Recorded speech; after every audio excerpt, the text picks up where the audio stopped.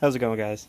Thought I'd do a quick tutorial on how to take apart 2007 EX500 fork suspension.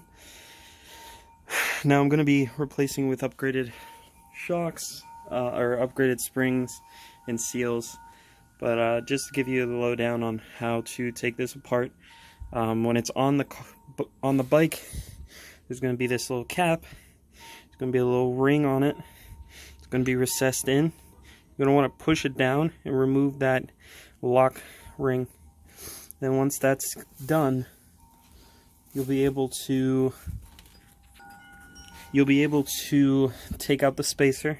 This is the spacer, and then the actual spring comes right out. So it goes fork tube cap, spacer, and then inside here there's actually a dampener. So dampener tube goes like this, and then a little bit more, another goes like that, and then I believe that is all for that. Yep. And then the next thing is you want to separate the big tube from the black main enclosure, which you'll do by just yanking them apart. Sorry, I skipped this step. You'll want to remove this seal cover. I have a new one, but you'll need to remove it in order to get to the lock ring. As you can see, this lock ring is real simple. You just have to get a flathead down in there and then kind of wedge it out. Then once you accomplish this, the ring comes out like so.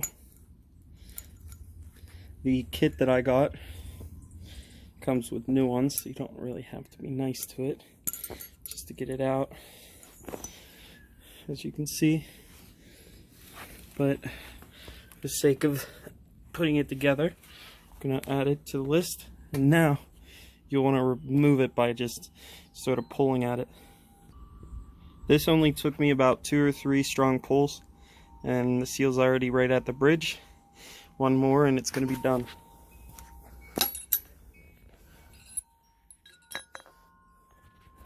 As soon as it comes off, it's going to look like this.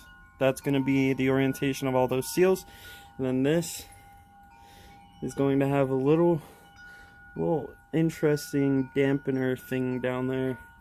I just want to remove it. But yeah. Excuse me. But yeah, that's the gist of it.